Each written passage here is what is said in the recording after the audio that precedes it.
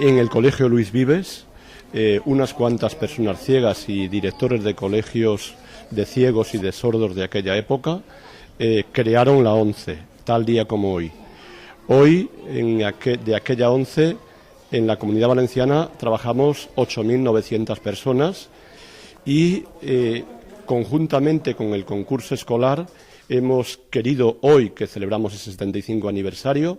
y le agradecemos a las Cortes que nos haya dejado presentar el Manifiesto de la Ilusión, porque queremos que el 11 de noviembre sea el Día Europeo de la Ilusión en estos tiempos, que la ilusión es algo importante. Bueno, yo quiero agradecer el trabajo que la ONCE realiza en esta comunidad y en toda España por aquellas personas que más lo necesitan, ¿no? Yo lo he podido vivir muy directamente desde hace muchísimos años con ellos, y gracias a ese trabajo, a esa iniciativa, a esa organización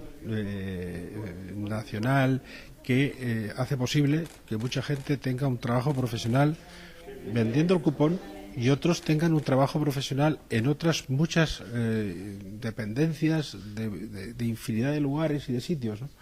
Yo creo que es una empresa española ejemplar y quiero felicitar a todas las personas que trabajan en ello, pero muy especialmente a las personas que aquí en Valencia hacen posible día a día cada cosa. Entre ellos el señor Picher, que nos acompaña, en la que estamos muy agradecidos aquí en las Cortes el día de hoy por haber celebrado este acto que creo que ha sido muy bonito y muy impresionante.